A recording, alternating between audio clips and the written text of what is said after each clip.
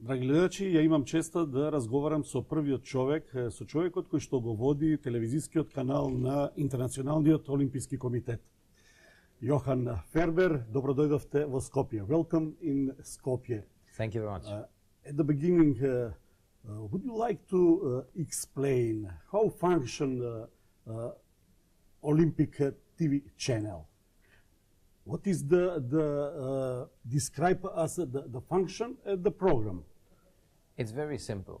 You know the Olympic Games, people watching across the globe the Olympic Games, and when we have the closing ceremony, the Olympic Games are closed for 4 years before we have the next Olympic Games. Summer Games, Winter Games.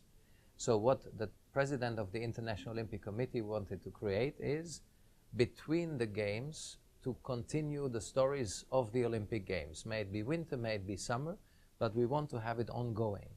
And the young generation, the young people of today, we call them sometimes the millennials, they don't watch any more television on the standard platforms like the big screens. They watch it on the mobile phone. So they take their mobile phone and say, this is where I want to consume my content.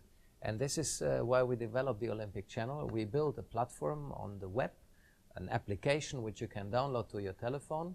It's short content, but we're using the archive of the International Olympic Committee with more than 46,000 hours of archive. We redo them, we re-edit them, we make it more kind of consumable, specifically for the young generation. And so far we are doing well.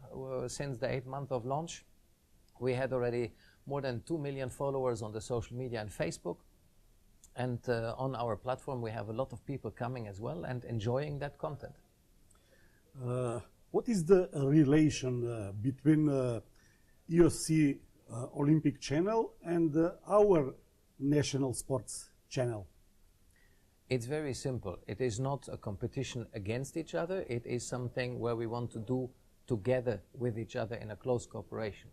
So, for example, it was always difficult for the National Olympic Committees to have access to the footage from the Olympic Games because it was always protected by the IOC. The footage for the Olympic Games, we have it. We can put it on our platform. Our platform can be embedded as well into the website of the National Olympic Committee, and then people can consume it and watch it as well. So we want to bring the Olympic Games experience onto the national level as well, across the different sports, so that people can enjoy it. And we can even have kind of co-productions where you are in the territory, you are better knowing in your country where are the interesting stories. And there we can probably even do some stories together. And we developed as well new formats, more entertaining. We say today the content needs to be delicious and nutritious.